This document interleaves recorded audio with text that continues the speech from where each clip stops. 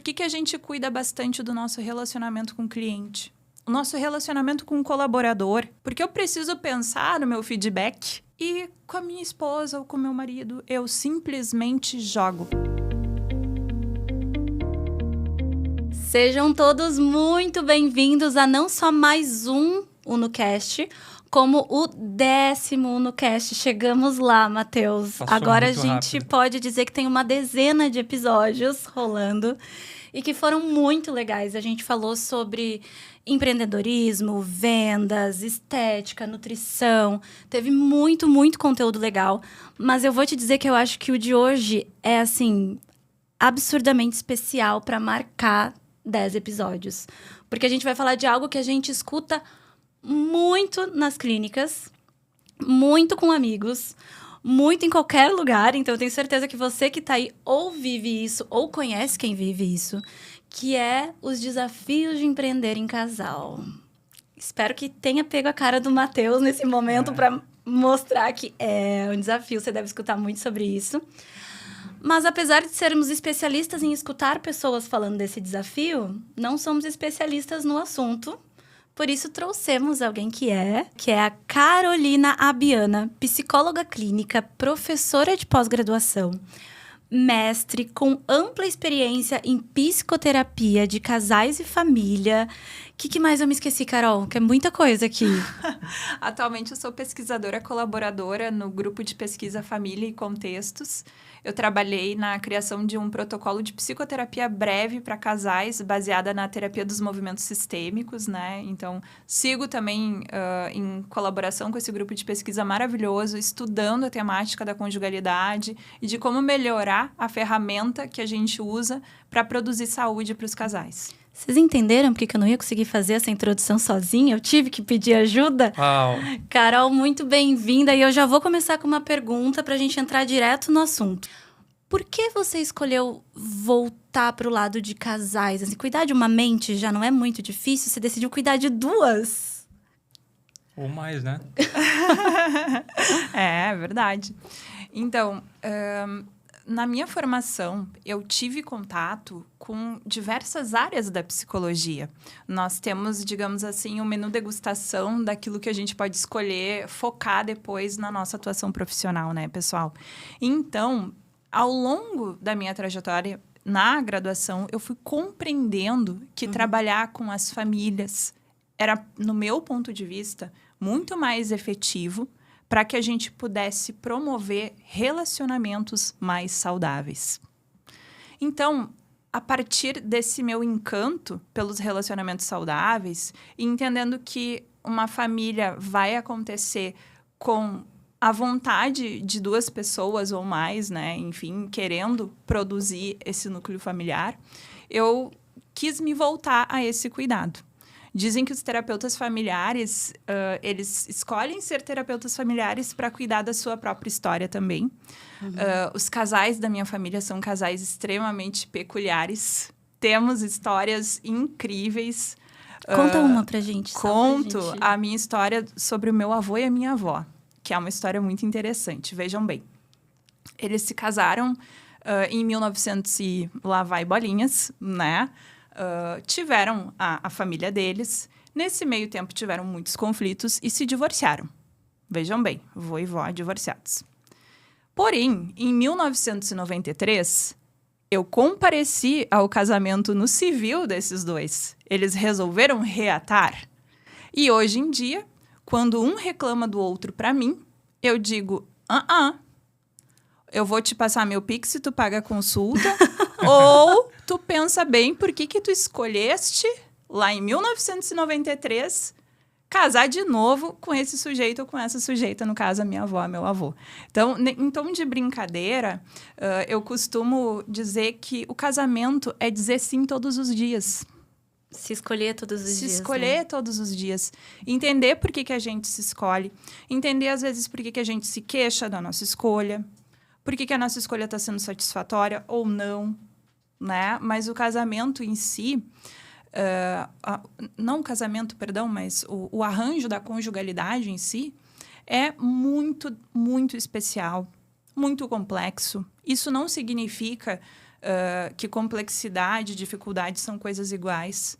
Mas cuidar dos casais é cuidar de uma dinâmica que tem muitas variáveis. E que o nosso olhar para todas essas variáveis precisa ser ajustado. Jamais vamos ignorar o todo, porém, precisamos entender quais são os padrões de interação desses relacionamentos que estão gerando os conflitos, o sofrimento. Porque ninguém casa para ser infeliz. Eu ia dizer, na hora que você escolheu ficar com alguém, com certeza estava tudo bem, né? Claro. No momento que você decide casar. E quando você decidiu empreender com alguém, você pensou, nossa, essa é a melhor pessoa com quem eu poderia. Bem, a gente vamos se dá abrir um tão negócio bem, junto. isso vai ser incrível. Veja bem. E, Carol, tem uma coisa assim tem uma frase, eu acho que eu inventei ela. Eu tô falando para todo mundo que terapia não é o último recurso. Ele é manutenção preventiva. Né? Hoje eu tô acreditando nisso. Só que, ao mesmo tempo, muitas pessoas não entendem essa dinâmica, né? Por exemplo, quando eu não sabia o que era uma terapia de casal ou uma terapia familiar, eu imaginava que a terapeuta era tipo um juiz. Você chegava lá com sua esposa, com seu cônjuge, com sua família, cada um falava a sua versão e o juiz dizia Quem estava certo. quem estava certo e quem estava errado. Isso é muito, muito comum. E, lógico, depois eu descobri que não é assim, mas isso me faz pensar que a gente nasce numa família, a gente tem relacionamento, só que a gente não ensinou, a gente não foi ensinado sobre como fazer isso. Então, como é que é essa dinâmica? Como é que funciona uma terapia e o que as pessoas podem esperar disso? Que é bem diferente do que a gente vê em filme e série. Então, é uma pergunta super complexa, porque ela depende da demanda. Ou seja, o que é que tu tá me trazendo aqui e que eu preciso te ajudar a resolver. Porém, há variáveis importantes que vão estar atravessando as demandas e isso que tu colocas, né, de o terapeuta não ser um juiz, é dado. Nós não estamos aqui lidando com a disputa dos pontos de vista ou da razão. Se a gente escreve razão de trás para frente, a gente lê o quê, pessoal? Razão de trás para frente? Aham. Ixi. O azar? Exato. O azar. E no casamento, quando a gente disputa a razão, a gente sai muito azarado. Porque a ideia é que o casal possa trabalhar em equipe e que nas negociações dos conflitos, ambos ganhem. Se um perde, o outro perde também. Então, a terapia de casal ela é a construção de uma lógica de que aqui ninguém quer prejudicar ninguém. Não vamos fazer valer o que um pensa, o que o outro pensa. Nós estamos aqui para chegar em um acordo que produza saúde para esse relacionamento. Muitas vezes, a produção de saúde, né, ou seja, para que o casal fique bem, vai depender do casal se esforçar muito e entender que é um processo muito sofrido, um processo em que a gente muda mais a gente mesmo do que basicamente apontar o dedo para o nosso parceiro ou parceira. Né? Então, isso é super importante. E também é muito importante a gente levar em consideração que há situações e circunstâncias em que os casais vão ficar bem se divorciando. E aí existe um outro mito, né? Quem faz terapia de casal se divorcia. Pois é. Pode acontecer, se isso for o mais saudável para esse casal. E que situações são situações em que, por exemplo, um casal já não vai ficar bem se seguir juntos? Quando a gente já não tem mais aquele objetivo de vida a dois, quando aspectos como o lazer a dois já está prejudicado, quando o casal já não tem mais intimidade, quando está tão desgastado, quando o perdão já não é possível, quando aqueles arquivos que a gente capta da nossa relação, das interações que a gente tem, pesam muito mais do que aquelas interações que são as interações que trazem leveza e positividade para o relacionamento. E pensando numa dinâmica de empreendedores que está no cotidiano envolvido com aspectos muito desafiadores, muitas vezes a intimidade pode dar aos casais carta branca para que o relacionamento não seja tão cuidado e preservado. E isso, no meu ponto de vista, é onde o X da questão mora. Vejam bem, Por que a gente cuida bastante do nosso relacionamento com o cliente? O nosso relacionamento com o colaborador. Por que eu não falo qualquer coisa para os meus colaboradores? Porque eu preciso pensar no meu feedback, no meu retorno de feedback. E com a minha esposa ou com o meu marido, eu simplesmente jogo. Eu sinto que a gente acredita que por ter liberdade com aquela pessoa, né? Ou às vezes por entender que o meu parceiro, minha parceira me ama incondicionalmente, então eu posso tratá-lo assim porque ele tem que me entender, porque ele tá vendo o que eu tô passando, né? Eu acredito que vai indo nesse caminho no momento do estresse. E aí eu queria te fazer uma pergunta, assim, só voltando um pouquinho. Que você falou, o Matheus falou, né? Terapia é manutenção. E você falou também que muitas vezes, pelo que eu entendi, muitos casais já chegam tarde demais, eu vou falar assim. Muitos chegam com um conflito muito escalado, é isso que a gente chama, né? A gente tem muitas camadas de conflito para ir abordando. E é isso que eu queria falar, assim, e queria até conseguir colocar na mente de quem está nos escutando. Quando que é o momento certo? E por que será que a gente tem essa crença, né, de que quem faz terapia é o louco, né? Eu até brinquei hoje de manhã com o Matheus, eu falei, não, eu sou louca, eu faço terapia e tomo remédio, então eu sou a louca, né? O resto tá bem. E também essa visão de casal, tipo assim, nossa, coitados, eles fazem terapia de casal, né? Ao invés da gente ter uma admiração nesse sentido. Porque o casal, ele, na nossa visão, assim, mais de senso comum, ele é dado como sendo o que vai ter tudo e dar tudo e vai dar a fundação dessa família, ou seja, o casal tem tudo. E o que é o casal? São duas pessoas que geralmente aprenderam a ser casal pelos modelos que têm. E esses modelos, do seu pai, da sua mãe, né, de tios, de observação de avós, enfim, às vezes não são bons modelos, ou modelos que produziram saúde nos seus relacionamentos, vamos colocar dessa forma, tá? Ou, muitas vezes, não tem de onde eu tirar a ferramenta para lidar com o conflito que eu tenho na minha relação contigo. Lá desse modelo que eu trago, né? Então, o que ocorre é que a gente vai por uma ideia de que em briga de marido e mulher ninguém mete a colher, por uma ideia de que o amor vai dar conta, vai vencer, de que o amor é uma emoção que vai suportar a liberdade, né? Vai suportar o fato de que talvez eu possa ter te ofendido, de que talvez eu possa ter passado do teu limite. Ou qualquer coisa faz um filho, né? Que resolve. Bom, nossa, agora você foi na polêmica. Agora, essas questões da dimensão da parentalidade, quando o relacionamento não tá legal, é realmente o filho que sofre, né? Mas, enfim, voltando, né? Geralmente, o que ocorre é que a gente não tem uma ideia de que é possível receber ajuda e de que um profissional treinado, um profissional competente, ético, que tem a formação certa para resolver conflitos conjugais vai ajudar. Hoje em dia, a gente tem um boom de pessoas que sabem de tudo e que fazem tudo. Tem muitas pessoas que estão se apropriando de formas de tornar a vida mais simples, mais tranquila, mais leve. Porém, o que eu vejo é que muitas pessoas estão desaprendendo a como tolerar frustrações. Um casamento não é feito somente de frustrações e nem somente de amor e alegria. Mas um casamento é um trabalho coletivo em que, sim, preciso aprender a tolerar as frustrações, preciso saber o que eu faço com aquilo que eu não gosto e tornar aquilo que eu não gosto algo que eu uso para crescer e não para machucar quem eu amo.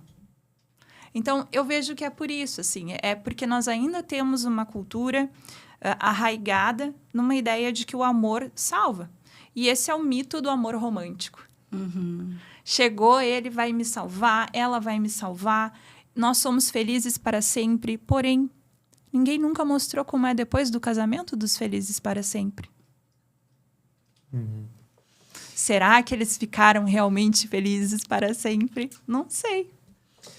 Será que eles abriram um negócio? Será que eles abriram um negócio? Nessa questão, isso é uma coisa que eu estava refletindo há um tempo atrás, que, veja, a gente vê os casais novos, né? Uma lua de mel. Então, eu já ouvi gente falando assim, nossa, eu e a fulana é maravilhoso, a gente nunca briga. Estava nos primeiros 6 meses. Depois de um ano era uma outra realidade. E isso num cenário, digamos assim, mais comum, em que cada um tem seu trabalho, cada um tem sua faculdade, e quando mora junto, interage 2 horas por dia no máximo, e olha lá.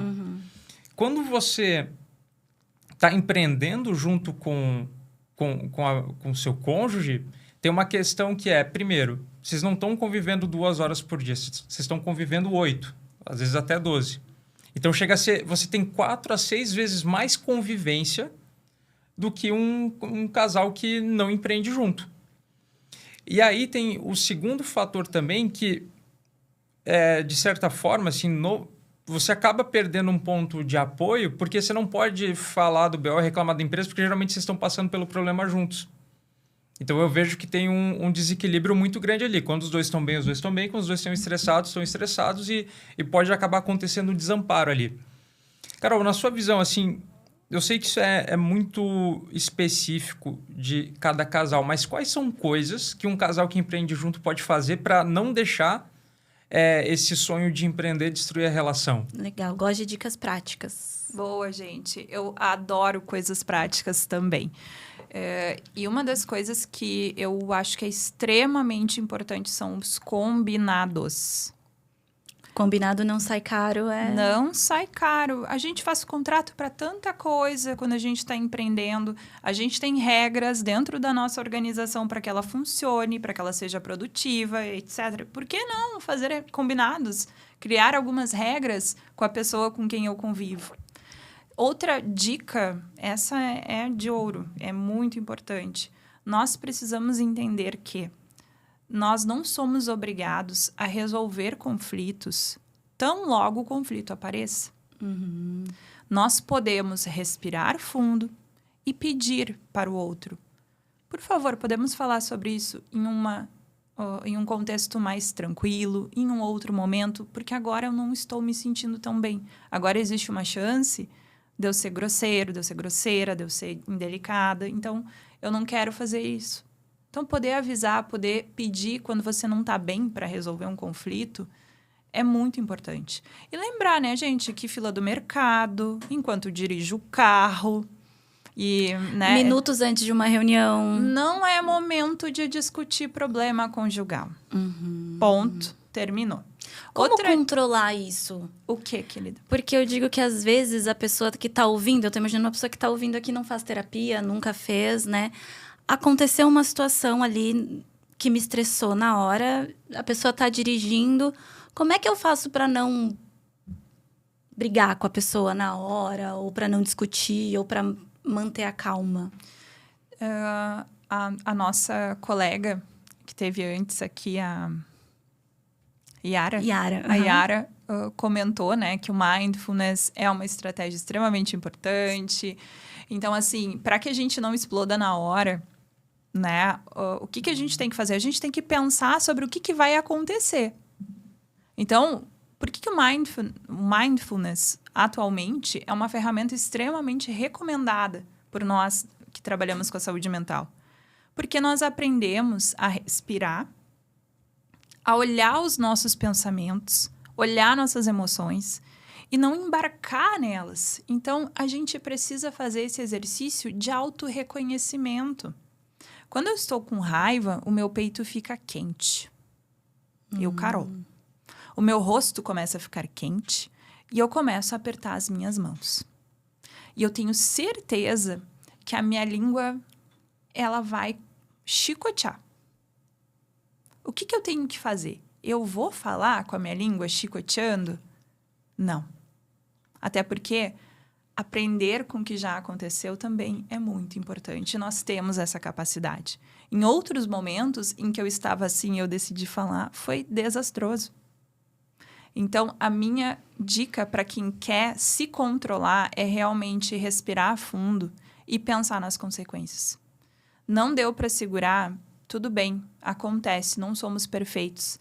Mas pensa que, em outros contextos, se tu consegue ter um autocontrole, por que tu não consegue ter um autocontrole com teu marido, com a tua esposa? Se tu te segura para não mandar aquele cliente para Portugal de navio, por que você não faz isso com o seu cônjuge também? Tem uma coisa assim que eu achei bem interessante, que eu percebi que essas habilidades, elas são basicamente um músculo a ser treinado. Então, se é uma coisa que você pratica pouco, é natural que quando acontecer, você não vai fazer. Mas qual que é a diferença de um conflito, de um casal que não desenvolveu essa habilidade de diálogo, de combinados, de cuidar do relacionamento, para um casal que cuida? A riqueza, né, pessoal? Riqueza em todos os sentidos, no meu ponto de vista. Porque, assim, hoje em dia, o que vai fazer a gente estar cada vez mais importante e destacado é a nossa habilidade de construção de bons relacionamentos e bons vínculos. Né? E quando eu falo riqueza, eu não me refiro somente a uma riqueza material, mas eu me refiro a tu entenderes que tu tens o suporte do outro para ti. Que tu tens aquela pessoa que, se ela é a mesma pessoa que consegue te tirar do sério em um segundo, ela também é quem te coloca no lugar nesse mesmo segundo. E a nossa ideia aqui é fazer com que a gente aperte o botão da acolhida, do crescimento e não da destruição nessa díade. Todos os casais vão ter conflitos, isso é fato. Casais que não têm conflitos são casais que a gente até olha assim meio com desconfiança, porque o que significa não ter um conflito? Significa não então tá vivendo, que vocês então, a relação. não conversam, não interagem. Então, se a gente está muito tempo junto, é claro que a gente vai ter questões de interação para ajustar. Mas o que diferencia realmente é que o casal compreende que eu tô aqui, eu tô fazendo o que eu tô fazendo e eu tô escolhendo estar aqui. Te escolher todos os dias torna isso tudo muito melhor. Compensa. Me traz mais felicidade porque eu faço contigo. E por mais que tu tenhas deixado a xícara suja na pia da empresa e eu já tenha te dito que não é para deixar ou usar do copo do cliente, sendo que é para usar o nosso copo do não sei o quê. Eu vou respirar e eu vou lembrar. Nossa, é tão bom te ter aqui. É tão bom poder estar construindo esse negócio contigo, ter a tua parceria. Eu não vou encrencar por causa dessa xícara. Eu vou falar de uma maneira tranquila. Ou então eu vou encontrar uma forma de fazer essa pessoa se engajar. Eu não faço isso com os meus colaboradores. Dá para tentar fazer com o marido. E aí, se tiver difícil, bora para terapia de casal. Mas... Isso é muito poderoso, porque realmente, quando você traz o seu cônjuge para o contexto do trabalho, você acaba dando muito poder para ele. E da mesma forma que, como você falou, é uma coisa que pode alavancar, você toma uma bronca. Tipo, sei lá, eu sou big boss ali na empresa. Aí eu tomo uma bronca da minha esposa na frente do meu time, é uma coisa que até desmoraliza. Então, alguém que era para estar te alavancando, ela pode te atrapalhar quando ela não toma o cuidado. E vice-versa também, né? Muito. Porque se você parar para pensar, por exemplo, você falou a pessoa dá uma bronca no Big Boss, né? E não é a Big Boss. Mas o Big Boss também, se ele dá uma bronca, como ela falou, como tem mais intimidade, normalmente essa bronca... E eu acredito que até no inconsciente... Me corrija se eu estiver errada, né? Às vezes um casal empreende junto e, de repente, na cabeça deles pode ficar, tipo assim, eu preciso mostrar para os outros que ela não tem vantagem, ou que ele não tem vantagem só porque é meu marido, ou só porque é minha esposa. E aí, às vezes, tenta, tipo, de alguma forma, expor para as pessoas isso e acaba sendo um pouco mais firme com aquela pessoa do que você é com os outros. Isso acontece? Isso acontece quando a gente não tem os papéis bem definidos. Tu diz na empresa ou na empresa? E também, às vezes, na relação. Não estou dizendo que alguém tem que fazer isso e aquilo, e isso é um contrato rígido, não, né? Mas se a gente for parar para pensar, a nossa casa funciona muitas vezes porque, tu lembra de fazer a lista do mercado e no mercado compra os produtos, eu lembro que eu tenho que chegar e cozinhar porque vai terminar o feijão, só tem um pote no congelador. Nós não trabalhamos assim?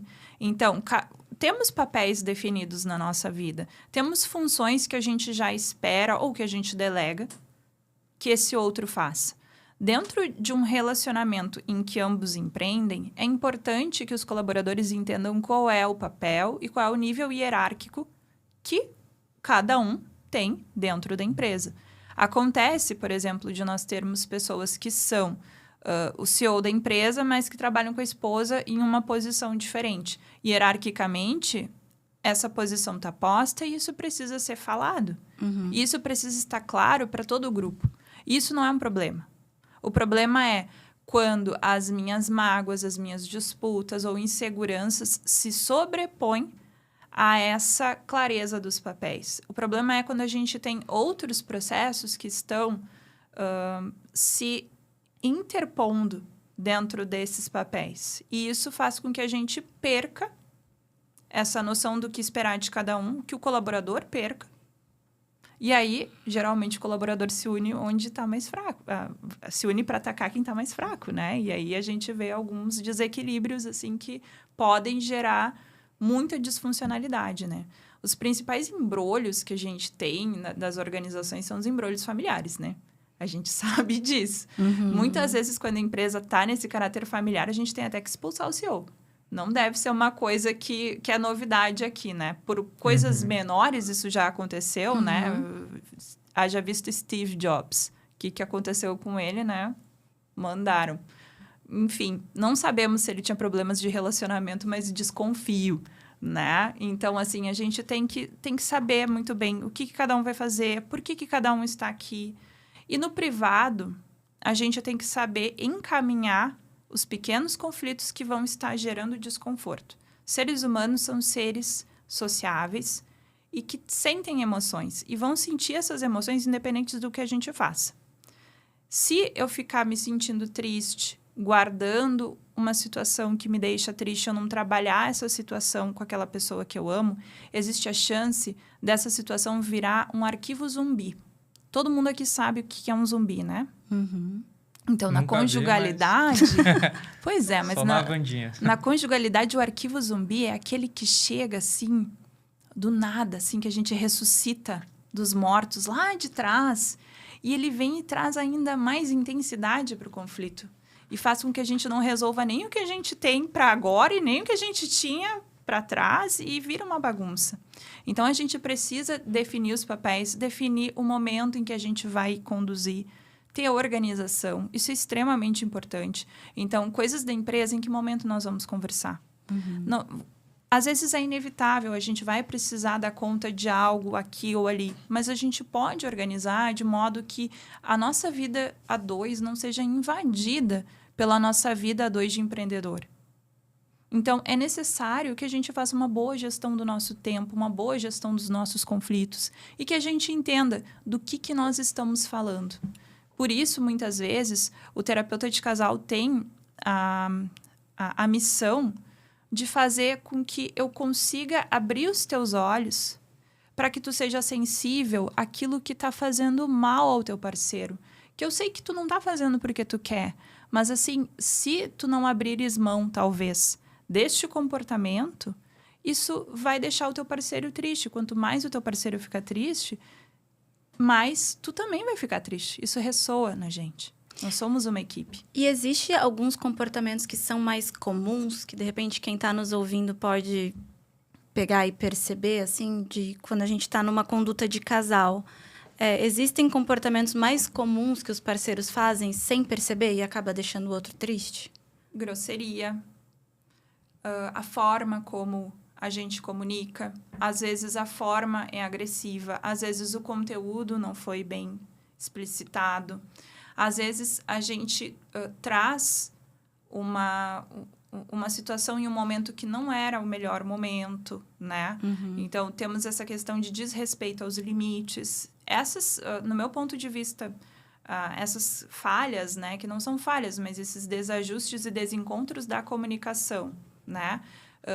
Querer resolver algo num momento em que não é adequado, né? E não respeitar limites é algo que já mostra pra gente que a gente precisa... Tem umas pontas soltas. a gente precisa amarrar isso pra não deixar que isso mine a relação. Tem uma coisa, Carol, que é muito interessante, né? Quando a gente fala de comportamentos, às vezes, pelo menos para mim, parecia que eu estava cego. Então, isso até um alerta para quem está aqui, porque às vezes você nem percebe aquele comportamento que você está tendo. E essa eu acho que é uma das partes mais desafiadoras. Você não sabe que aquilo está chateando. E às vezes você não sabe nem que aquilo não é normal porque você viu aquilo a sua vida toda. Como é que é esse processo na terapia? Tem como mudar esse comportamento? Tem como amenizar comportamentos assim? Queria te ouvir. As pessoas mudam? No meu consultório tem um sofá e o nome dele é Sofá da Mudança. Olha, como é que faz para eu ir lá? A gente marca um horário. Justo. Mas, assim, claro, a mudança, ela vai acontecer sempre. Todos os dias a gente está mudando. O que ocorre é que, muitas vezes, a tua pergunta ela é muito importante. Porque que, mesmo eu te comunicando, tu segue fazendo isso que tu sabes que está me incomodando. E é isso que eu ia te perguntar também. Por que muitas vezes isso acontece dentro da relação e aí vem uma terceira pessoa e abre os olhos? Porque na relação a gente tem uma dinâmica, né? Que a gente chama de dinâmica recursiva. Não sei se todo mundo entende a palavra recursividade, mas é basicamente algo que fica se alimentando de si mesmo, né? Então, muitas vezes, eu preciso parar e me perguntar qual é a minha responsabilidade naquilo que o outro está fazendo e que eu odeio. Por isso que a terapia de casal é sobre olhar para si, não apontar os dedos para o outro. E sobre aprender a reconhecer em ti aquilo que tu estás fazendo para que o teu relacionamento não cresça.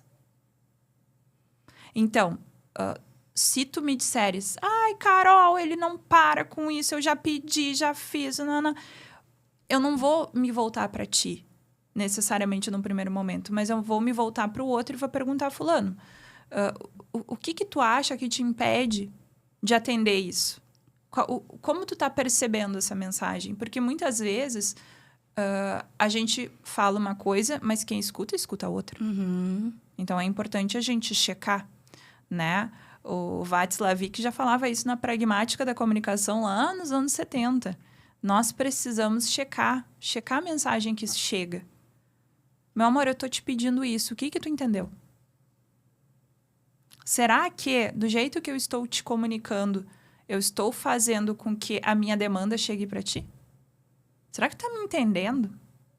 Ou, muitas vezes também, em casais, o que ocorre é que, por questões individuais, algumas pessoas não estão dispostas, às vezes, a abrir mão de alguns comportamentos, implicâncias. E aí, a gente tem aquela mentalidade do casal que compete. O que é um casal que compete? Um casal que compete entre si é um casal que disputa a razão. É um casal que parece que sente prazer em ver o outro mal. Que ganha de ti quando eu ganho a razão, quando eu tô certa. Então, quando tu tá mal, eu ganhei. E essa é uma lógica que ela é totalmente avessa à produção de saúde num relacionamento. Porque se tu ganha do teu cônjuge, tu tá perdendo também. A equipe, ela não está conseguindo gerar saúde nisso. Se o outro está triste, provavelmente com a tristeza dele, ou com a raiva, ou com o medo, essa pessoa não vai se aproximar de ti de uma forma que se conecte. E aí a competição só cresce e vira um desastre, né? Então, a gente precisa ter esse cuidado, né? Mas, assim, voltando um pouco para aquilo que tu perguntaste, né, Matheus, com relação à mudança, né? Depois de ter dado ênfase a isso que tu colocou. Se eu não acreditasse em mudança, eu não trabalhava no que eu trabalho. A minha história de vida é uma história de vida extremamente dura em aspectos de continência emocional. A minha família fez de tudo, tanto é que eu faço terapia há 20 anos, né? Mas a minha família tinha as dificuldades, tinham as suas histórias, os seus legados transgeracionais, né? Da parte do pai, da parte da mãe. E, ao mesmo tempo que a minha família me colocou muitos desafios e me fez amadurecer muito cedo, eu sou muito grata a tudo que a minha família fez. A minha mãe é empreendedora desde cedo. Atualmente, ela não precisa mais empreender, mas ela começou empreendendo em um salão de beleza. E ela era a chefe da casa. E o meu pai também sempre empreendeu. Eles empreendiam em âmbitos separados, mas o que acontecia muitas vezes é que faltava coisas para esses dois empreendedores. Houve um momento em que eles entenderam que o melhor para eles enquanto casal seria o divórcio, então houve um divórcio. Foi um momento muito duro, porque a condução desse divórcio pela família, para mim, não era uma condução legal. As pessoas não respeitaram esse lugar que eu precisava ter de uma criança que estava vivenciando um processo de divórcio, com uma mãe trabalhando na sua própria empresa, com um pai trabalhando com as suas próprias negócios, enfim. Então, foi muito difícil dar conta de todo esse processo. Porém, eu fui pegando o que tinha de melhor. Por isso que eu digo, a gente tem capacidade de aprender. Aquilo que acontece, depois que faz a gente sentir raiva, vai servir para que a gente amadureça, pessoal. É isso que eu ia te perguntar. Você foi pegando o que tinha de melhor durante o processo ou anos depois na terapia que você foi voltando e entendendo? Ao mesmo tempo. Entendendo, assim, que a evolução ela é uma constante. Eu sempre tive muita vontade de entender as pessoas. Eu quero ser psicóloga. Eu já sou. Mas eu quero continuar sendo. Eu quis ser psicóloga desde muito cedo. Desde muito cedo, de verdade. Eu me lembro que a primeira vez que eu li o significado da palavra psicologia significava estudo da alma. E eu pensava, nossa, que legal, né? E ao longo do tempo eu fui entendendo do que a minha família precisava. Ela não precisava ter levado só eu no psicólogo. Precisava que todo mundo olhasse para tudo que estava acontecendo. Então, daí que veio... Ele traumatiza de um lado, o psicólogo trata do outro. E daí que veio esse meu encanto da possibilidade de dar um suporte que ensinasse, né, a família, que ensinasse o casal a cuidar. A cuidar para produzir saúde. Porque aí que tá, né? Quando eu falo produzir saúde, eu não estou dizendo que a gente vai viver só mar de rosas. Saúde não implica só coisas boas. Saúde implica a gente ir desenvolvendo o nosso músculo para que a gente dê conta dos desafios. A gente busca recurso para tantas coisas. E hoje em dia já há recursos para que a gente invista na saúde e na qualidade conjugal. Eu mesma trabalho há muito tempo com isso. Tive acesso a uma grande pesquisadora do Rio Grande do Sul que foi pioneira nesse trabalho de tirar a prevenção, né? Tirar a educação para a conjugalidade daqueles cursinhos pré-casamento, da igreja, sabe? E trazer para o âmbito da psicologia e da ciência. Então, esse é um estudo que se chama Viver a Dois, né? Eu cito ele porque ele é maravilhoso. Ele pesquisou essa dinâmica da conjugalidade com casais e ele devolveu para a sociedade um produto, né? Que é um produto que ajuda outros terapeutas, né? Forma outros terapeutas para cuidar melhor dos casais, né? Na pós-graduação, onde hoje eu dou aula, eu digo para as minhas alunas que eu sou um combo de professores bons, de fontes que eu corri atrás, mas também de tudo aquilo que a minha família me ensinou. De tudo aquilo que eu fui aprendendo. E de toda a compreensão da dinâmica a partir das teorias da terapia familiar que hoje eu faço da minha família e que eu penso assim, nossa, é maravilhoso. Eu não poderia ter tido experiências melhores, porque o bom marinheiro ele não é formado no mar calmo, ele é formado na tempestade, ué. E a minha família, ela é maravilhosa. Uma família incrível, que sempre foi floreadíssima de desafios e me ajuda muito nisso tudo que eu preciso estar acolhendo hoje, né?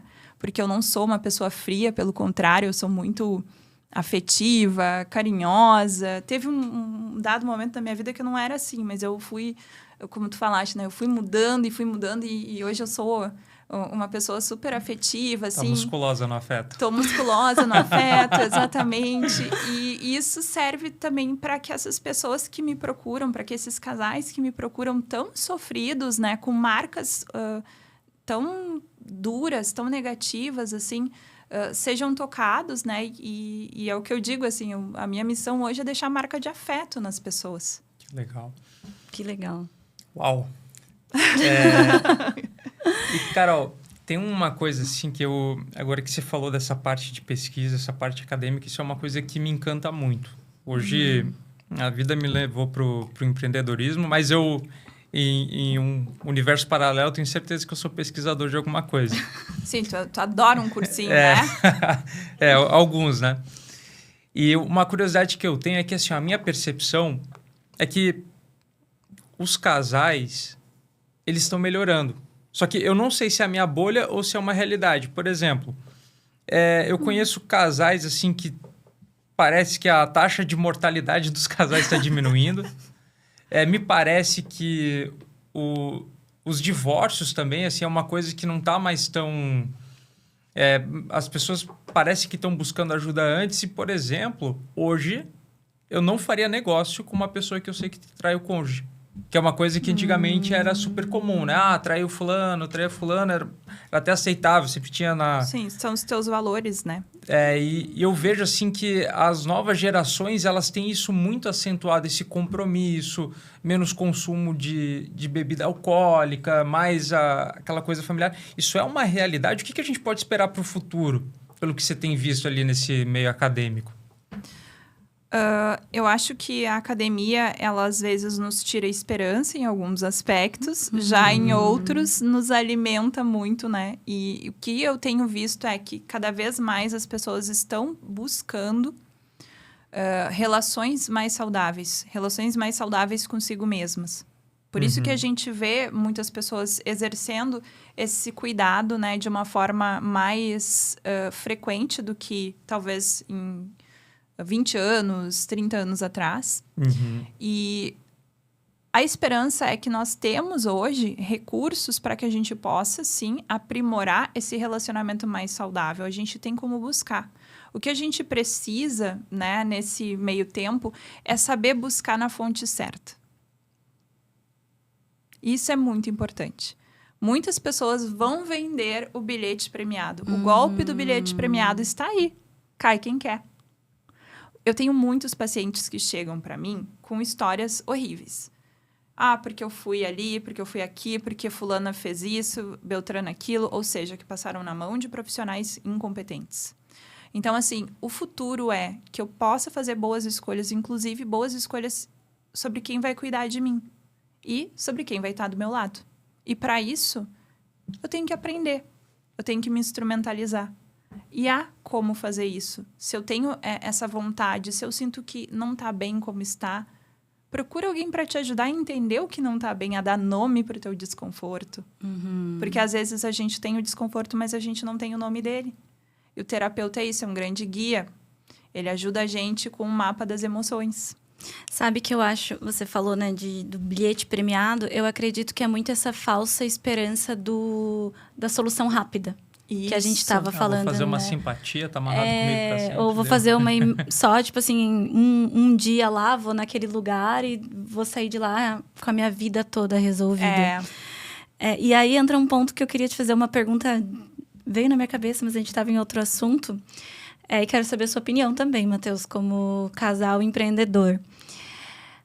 Discussão, porque eu já conversei isso com alguns amigos, cada um tem uma opinião. A gente precisa terminar a discussão no mesmo dia que ela começa? Ou a gente tem o direito de dormir brigado com a pessoa que a gente A gente sabe que pode deixar para depois, mas com depois você pode falou, deixar. né? Não, pode deixar. Às vezes não dá para fazer na hora. E também tem gente que precisa... Tem gente que é mais do tempo, né? Eu escuto muito, não, eu preciso do meu espaço para pensar. Quando que é o momento certo, assim? Lembram que eu falei da dica do respeito, né? Então, assim, tem cônjuges que ficam extremamente ansiosos esperando pela resolução do conflito. E é respeitoso, é de uma responsabilidade emocional, inclusive, que a gente avise quando que a gente vai estar pronto para retomar. Então, sim, temos o direito de dormir brigados, obviamente. Porém, avisa. Não diz, não, semana que vem ou nunca mais eu vou falar contigo sobre isso e acabou. Porque isso gera uma desconexão emocional muito grande, um sofrimento muito grande. E gera também uma sensação de punição, né? E aí também a gente não chega onde a gente quer, que é resolver o problema. Quando uma questão ocorre, o grande erro é a gente não usar as ferramentas certas para resolver o problema. Tentar deixar passar, né? Ai, deixa pra lá e aí eu tenho uma hora... pergunta boa. Quais são as formas que a gente tem para resolver um conflito, Carol? Nós temos tantas, né? Mas nós temos algumas estratégias de resolução de conflitos que a gente trabalha bastante com casais. Deixa eu pegar meu bloquinho aqui, vamos lá. Anota que esse mudou o jogo. Tá? Não só para casal, eu tô usando para muita coisa, né? Eu imagino. As estratégias de resolução de conflito que eu trago são a estratégia de evitação, de submissão, de ataque e de negociação. Vejam bem. Vamos lá, vamos quebrar por partes. Por partes, né? Vamos começar pela submissão. A gente entende que a submissão é algo que gera um mal-estar. Porque muitas vezes, se eu estou me submetendo ao outro, isso significa que eu estou passando por cima dos meus limites e valores. De certa forma, uma autoagressão, né? Consigo Exatamente. mesmo. Então, essa é uma estratégia que, às vezes, algumas pessoas no relacionamento utilizam. E utilizam com o objetivo de apaziguar a briga. Não, eu vou me submeter, eu vou fazer o que tu quer, porque assim a gente não vai brigar. Se tu usa isso em um dado momento e isso é ok, isso é saudável, isso é benéfico, beleza. Se isso não te feriu, se ceder ao outro não te feriu, tudo bem. Agora, se tu estás usando isso constantemente e chega um momento que tu não avisou que isso estava ferindo os teus valores, tu cria uma conta enorme que o outro está devendo para ti, né, dessas submissões, e chega um dado momento em que, tá aqui a cobrança, o boleto de tudo aquilo que eu me submeti, agora eu quero que tu pague. E aí a gente pega o outro meio que desprevenido, né? Então, assim, essa é uma estratégia que às vezes vai funcionar. Porque não é a submissão pela submissão, mas sim a gente entender, dentro do contexto do que a gente está construindo, por que ceder para ti, nesse momento, é melhor do que ir para uma outra via de construção, de resolução desse conflito. Quando a gente fala da evitação, a gente, olhando para a palavra só a evitação, a gente pode achar que é ruim. Então tu está sempre fugindo do problema, tá sempre... A gente deve evitar um conflito, muitas vezes, quando esse conflito vai escalar, porque a gente está desregulado emocionalmente. Então, se eu estou com raiva, se eu estou na frente de um público de colaboradores, se eu estou despreparado, não importa. Se eu achar que é o momento de evitar, eu posso escolher uma estratégia que é de ficar calado, que é de pedir para falar sobre isso depois, dando um prazo, né? Explicando quando isso vai acontecer, né? Então, a evitação, ela pode funcionar também. Ela não é uma estratégia ruim. Nenhuma estratégia ela é essencialmente boa ou ruim, tá? O que é ruim ou bom é o modo como a gente usa elas. A gente não deve ser rígido nas nossas estratégias. Aí, agora, passando, então, para a estratégia do ataque. Muitos casais entendem que o ataque... Essa é a que o povo mais usa, eu acho. Que o ataque é a violência. E existe uma diferença aí pra gente pontuar que é super importante. Violência é eu escalar a agressividade. Ou seja, quando eu tô com raiva, eu posso sentir raiva, ser mais assertivo, ser mais objetivo, levantar meu tom de voz, atacar e não ser violenta. Muitas vezes, é só no ataque que a gente consegue colocar pra fora algumas coisas. Mas eu não fui violenta. Como assim? Vamos algo assim. Pouquinho. Poxa, deixou a toalha de novo em cima da cama, molhada. Falar gritando isso. É algo que talvez o outro vá... Ai, meu Deus do céu, olha só. Mas foi só Isso é um ataque. Foi como um ataque, né? Nós temos diversas formas. Agora, uma violência é... Poxa, seu vagabundo. Seu porco. Bate nele com a toalha. Bate com a toalha. Aí já é física também, né? Joga as coisas. E assim, em setting de terapia de casal, não é permitido violência. A primeira coisa que se faz quando há violência é parar a violência. Eu atendi muitos casais que eram casais violentos, que tinham uma violência bidirecional, É né? importante a gente falar que violência não é só física nesse caso Não, também, Deus o né? livre. É física, é verbal, é psicológica, é patrimonial, tem tantas formas, né, de nós sermos violentos. Isso não é o ponto aqui. Mas nós somos uma sociedade forjada na violência. A gente entende a violência como resposta, às vezes, para coisas que um bom diálogo, uma boa negociação poderia ser mais efetivo. Ou uma evitação, ou uma submissão, enfim, que é isso que a gente está falando, né? Poderia ser mais efetivo, mas assim, não...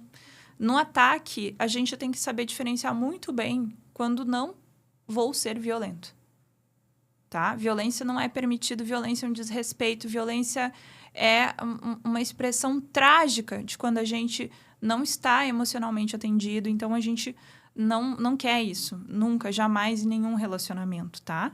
Então, vejam bem, o ataque é muitas vezes a minha explosão, a minha, um jeito mais assertivo que eu encontrei de trazer aquilo e que não necessariamente também eu vou utilizar o tempo todo, porque se o meu parceiro se sentir constantemente atacado, o que vai acontecer? Ele vai se afastar de mim? Vai sentir medo? E aí a gente vai para a estratégia, né, da negociação.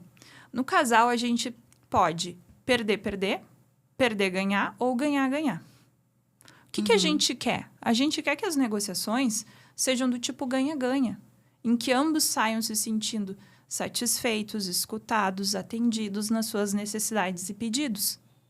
Então, não é que a negociação seja sempre a melhor ou a pior, ou a gente nunca consiga negociar, mas assim, a gente vai estar dançando com essas estratégias de resolução de conflitos, muitas vezes, e utilizando a complexidade para que a gente consiga resolver as demandas e chegar em estratégias mais saudáveis para resolver os problemas que os casais têm. Legal.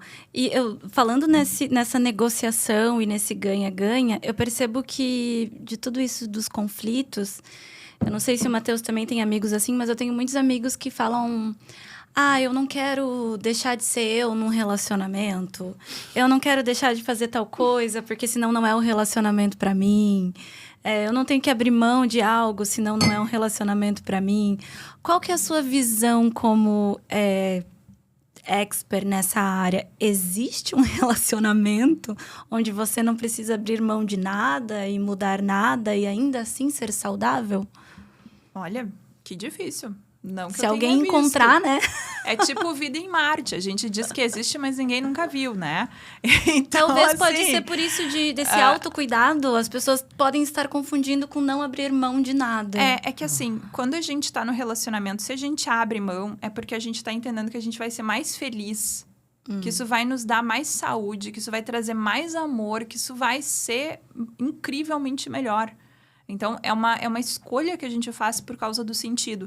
Porém, a gente está saindo daquele paradigma do amor romântico, né? Para entrar numa construção, assim, de love yourself. Muito batida hoje nos nossos processos de cuidado individual, né? Então, nesse love yourself, talvez a gente possa estar deixando passar alguns aspectos por causa, sim, dessa radicalização, desse extremismo, né? Porque antes a gente era metade da laranja, tu me completava. Veja só, né? Era o que tava, a pecinha que faltava. E hoje a gente entende que não são metades que se unem e formam uma coisa. A gente entende que são indivíduos, individualidades, que escolhem estar perto uma da outra, porque essa escolha deixa a vida melhor, deixa a vida mais feliz e me traz uma sensação de satisfação imensa poder compartilhar minha individualidade contigo do meu lado. Por isso. Uau! E para quem está pensando em começar a empreender em casal? Não começou ainda, mas aí assistiu esse podcast e falou, vou ver se isso aqui é para mim mesmo. O que você indica para esse casal que está começando a pensar em ter um negócio junto? Ou que já tem, mas às vezes quer cuidar do relacionamento. Pois é, Carol, assim, quem gostou desse conteúdo, disso que a gente está falando, né? Que até um hiato aqui, isso aqui é muito importante. Pessoal, terapia é mais barato do que divórcio. Então, cuidem do relacionamento de vocês. E a gente já percebeu aqui que esses temas são tão complexos e importantes, você precisa entender que, cara, da mesma forma que você não coloca qualquer pessoa para cuidar da sua empresa, você Tu não bota qualquer um no financeiro, né? Daí tu vai escolher quem para ser teu terapeuta de casal, né? Exatamente. E é uma coisa assim tão pessoal e muitas vezes é com a pessoa mais importante da sua vida. Então, fica até um paralelo aqui. Você precisa ter bons profissionais, bons mentores, bons terapeutas, né? Porque não tem, a gente é um só. Então, não tem como a gente separar a nossa figura empresarial da nossa figura pessoal. Então, escolham bons profissionais. E dito isso, Carol, tua entrega é fantástica, né? Parabéns. Então, eu vi nítido essa mudança, tanto que foi um dos motivos para a gente ter te trazido aqui. Eu falei, cara, isso é tão maravilhoso que a gente não pode deixar de compartilhar com os nossos clientes, com os nossos parceiros e ouvintes. Como que as pessoas podem fazer para trabalhar com você, para te conhecer? A gente já sabe que você está participando de podcasts, né? Então, se alguém quiser te convidar, pode te convidar. Como é que as pessoas fazem para te acessar e como que elas podem aprender mais com você? É importante lembrar que aprender, né, é um fundamento, tem vários acompanhamentos. Como é que a gente faz isso? Bom, o meu produto máximo, vamos dizer assim, né, de desenvolvimento vai ser a psicoterapia de casal, né? Então, vai ser meu Combo Plus. Essa, ela tem que ser uma indicação muito bem avaliada. Então, a gente precisa conversar para ver se o casal tem indicação de terapia de casal, porque isso também é muito importante. Nem todo mundo que quer fazer terapia de casal tem indicação para terapia de casal. Olha só, e como é que funciona esse processo inicial? Esse processo inicial, ele é avaliado pelo terapeuta de casal. Então, a gente entra em contato com você. Por exemplo, eu acho que eu quero fazer terapia de casal. Vou lá no seu Instagram, que a gente vai colocar aqui na tela. E quem estiver só escutando é @Carol Abiana, com 2 N's, psico. Carol Abiana, com 2 N's, psico. Então, eu vou lá, te mando uma mensagem, falo, Carol, quero fazer terapia de casal, socorro, me ajuda! Aí a gente marca. Aí, o casal. Tem algumas perguntas que eu já faço antes. Por exemplo, ambos concordam em estar aqui? Teu cônjuge, tua cônjuge, concordou em estar aqui? Né? Já vão. Quando vocês mandarem mensagem, já respondam essas, tá? Pra ficar mais fácil. Já pergunto o seguinte: qual é a demanda que tá levando vocês a entenderem que vocês precisam de terapia de casal? Então, eu sempre pergunto, por que tu estás procurando? Porque eu também quero saber se daqui um pouco aquilo que tu tá me pedindo, eu vou conseguir te entregar. Porque são relações humanas, como a gente falou hoje, são teias complexas. As demandas são variadíssimas, implicam, às vezes, trabalho, filhos, família extensa, enfim. Temos um combo gigante de variações de demandas aqui. Então, eu busco entender o que é que essas pessoas veem como o problema delas. Claro que isso vai ser depurado no processo de terapia, né? Se iniciar, mas enfim. E quando eu marco a primeira sessão, eu faço uma avaliação do nível de motivação e de processos individuais que podem estar... que podem estar, não, mas que serão fatores que irão implicar no entrave da condução do processo de terapia de casal. Por exemplo, acontece muitas vezes da gente receber cônjuges em que um está super ok com as suas questões individuais, mas tem um outro que não está tão legal, que está muito resistente, que está reproduzindo comportamentos que está com dificuldade de fazer o processo empático, de mudar, de compreender a importância, né, de enxergar o outro. E aí a gente para e pensa assim, poxa, será que essa pessoa não está precisando, de repente, olhar primeiro para ela e para as questões dela? Uma terapia individual. Então, muitas vezes, eu indico, eu quase que digo compulsoriamente, vá para uma terapia individual, porque esse é o caminho agora para você ter felicidade no seu relacionamento também. Porque X, Y e Z questões, tu precisa ver em ti. E esse é o terceiro olho clínico. Nós temos que ter a capacidade, enquanto terapeutas de família, de entender a demanda que ela é explícita, mas também a demanda que é implícita. E muitas vezes a demanda implícita no casal está nas psicopatologias ou dificuldades individuais de algum dos cônjuges. Então, ou dos dois, né? Ou dos dois. Então, a gente tem que observar isso. Um casal que é extremamente violento não vai render em terapia de casal.